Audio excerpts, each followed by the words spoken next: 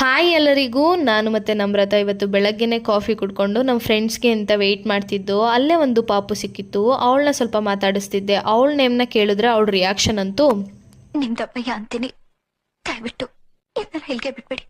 ನಮ್ಮ ಫ್ರೆಂಡ್ಸ್ ಎಲ್ಲರೂ ಬಂದಮೇಲೆ ನಾವು ಅಲ್ಲಿಂದ ಹೊರಟು. ಆ್ಯಂಡ್ ನಾವು ಇವತ್ತು ಬಂದಿರೋದು ನಂಜನಗೂಡು ದೇವಸ್ಥಾನಕ್ಕೆ.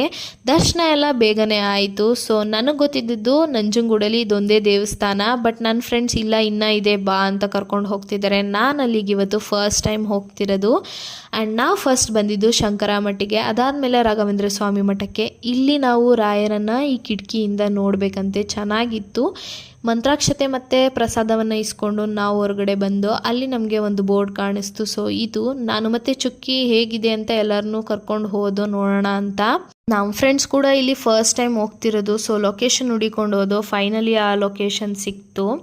ಆ್ಯಂಡ್ ನಾವು ಇಲ್ಲಿ ದರ್ಶನ ಎಲ್ಲ ಮುಗಿಸ್ಕೊಂಡು ಅಲ್ಲಿ ಹೋಮ ಮಾಡ್ತಿದ್ರು. ಸೊ ಅದೆಲ್ಲ ನೋಡಿಕೊಂಡು ಊಟಕ್ಕೆ ಎಲ್ಲಿಗೆ ಹೋಗೋಣ ಅಂತ ಯೋಚನೆ ಮಾಡ್ತಾಯಿದ್ದು. ಸೊ ಆವಾಗ ಅಮೂಲ್ಯ ಹೇಳಿದ್ಲು, ವ್ಲಾಗಲ್ಲಿ ಯಾರೋ ಹೇಳಿದ್ರು ಚೆನ್ನಾಗಿರುತ್ತೆ ಅಂತ, ಅಲ್ಲಿಗೆ ಹೋಗೋಣ ಅಂತ ಕರ್ಕೊಂಡು ಹೋದ್ಲು. ಅರ್ಥ ಆಯ್ತು ಅನ್ಸುತ್ತೆ.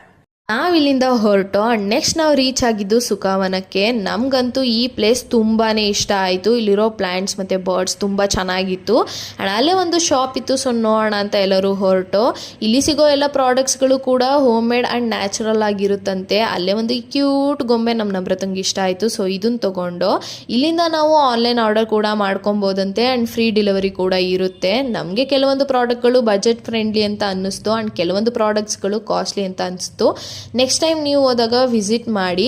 ಅಲ್ಲಿಂದ ಬರ್ತಾ ನಮ್ರತ ಮೊಜಿಟೋ ಟ್ರೈ ಮಾಡುವಂತ ಅಂದ್ಲು. ಅಷ್ಟೊಂದೇನು ಚೆನ್ನಾಗಿರಲಿಲ್ಲ. ನಾವಿಲ್ಲಿಂದ ಎಲ್ಲಿಗೆ ಹೊರಟೋ ಅನ್ನೋದನ್ನ ನೆಕ್ಸ್ಟ್ ವಿಡಿಯೋದಲ್ಲಿ ಕಂಪ್ಲೀಟ್ ಮಾಡ್ತೀನಿ. ಸಿಗುವ ಮತ್ತೆ. Thanks for watching.